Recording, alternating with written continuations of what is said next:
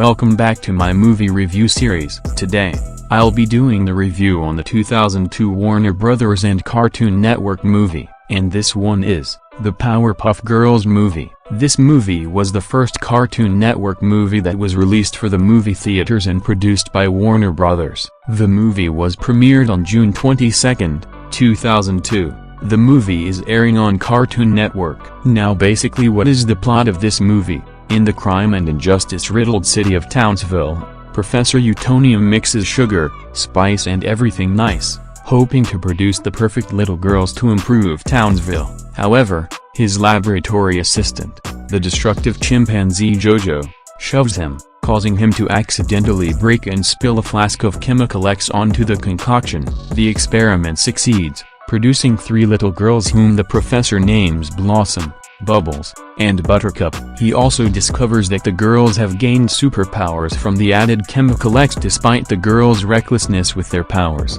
they all immediately grow to love each other as a family. On their first day of school, the girls learn about the game of tag and begin to play it among themselves, which quickly grows destructive once they use their powers. The girls take their game downtown, where they accidentally cause damage to the city until the professor calms them down. The next day, the citizens of Townsville treat the girls as outcasts due to their destructive behavior, and the professor is arrested for creating the girls, believing that using their powers again will only anger the townspeople more. The girls try to make their way home from school on foot, but they become lost in an alleyway, where the Gangrene Gang attacks them. Jojo, who has become super intelligent due to the Chemical X explosion mutating his brain, rescues the trio. Jojo gains the girls' sympathy by convincing them that he is also hated for his powers and tricks them into helping him build a laboratory and machine powered by Chemical X, which he claims will earn them the public's affections.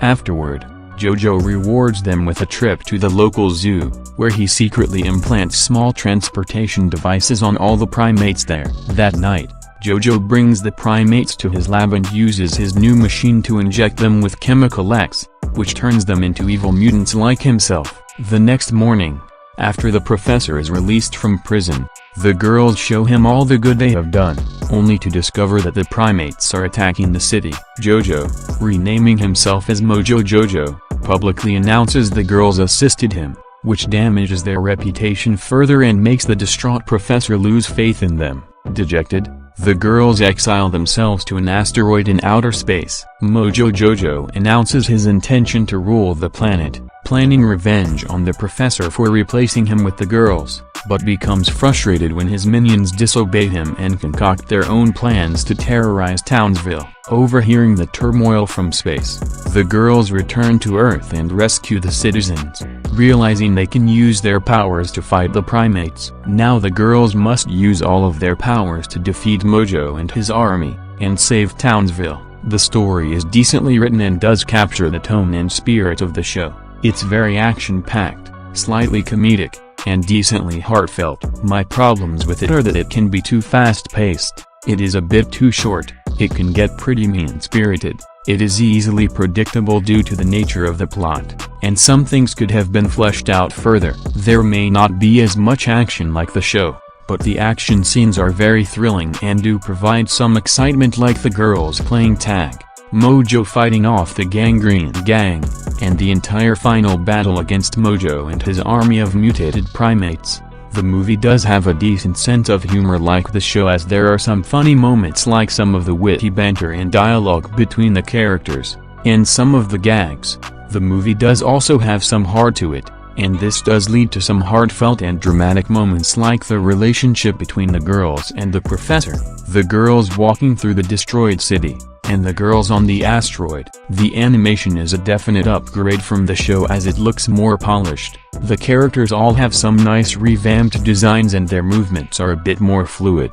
The backgrounds are given more detail than usual and look very nice, and there are some well done effects like the scaling, the explosions and fire, the lighting, and the film's use of CGI. The characters for the most part are likable and do have chemistry, but this is mainly centered around the girls, Mojo, and the professor. The girls are still pretty likable characters here and they still have some nice chemistry thanks to their personalities. Blossom is still smart and stern, Bubbles is still timid and sweet, and Buttercup is still tomboyish and tough. Also, it is nice to see how they became the heroes we know and love. The other characters are a bit of a mixed bag. Professor Utonium is still a very likable and caring character, but everyone else like the mayor, Miss Bellum, and Ms. Keene aren't really fleshed out, and they, with maybe the exception of Keene, along with everyone else in town, do act pretty mean to the girls after they unwittingly wreck the town. This is another instance where a longer runtime could have benefited the movie, as we could have some scenes to get to know them during the early days of the girls. Mojo Jojo is still a very neat villain, as he is very manipulative and intelligent,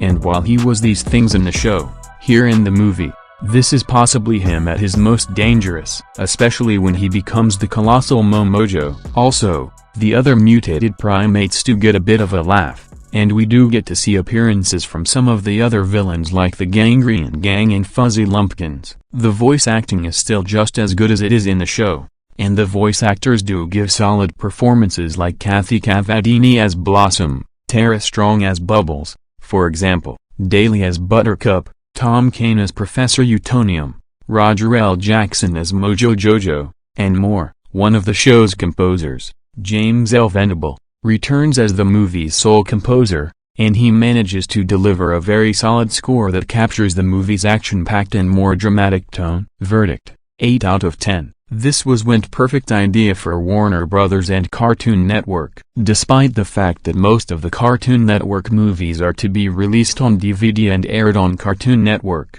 while it could have been longer to have some things fleshed out, and it does feel more like an extended episode or TV special rather than a fully fledged movie, this is a pretty decent prequel or the origin story for our favorite superpowered girls. So if you're a fan of the show, you'll like this fine. And that concludes today's episode of my movie review series. Thank you for watching. Don't forget to hit the like button and the subscribe button, and don't forget to hit the bell for notifications, and let me know in the comments below in which movie I'm going to do next. Enjoy your day.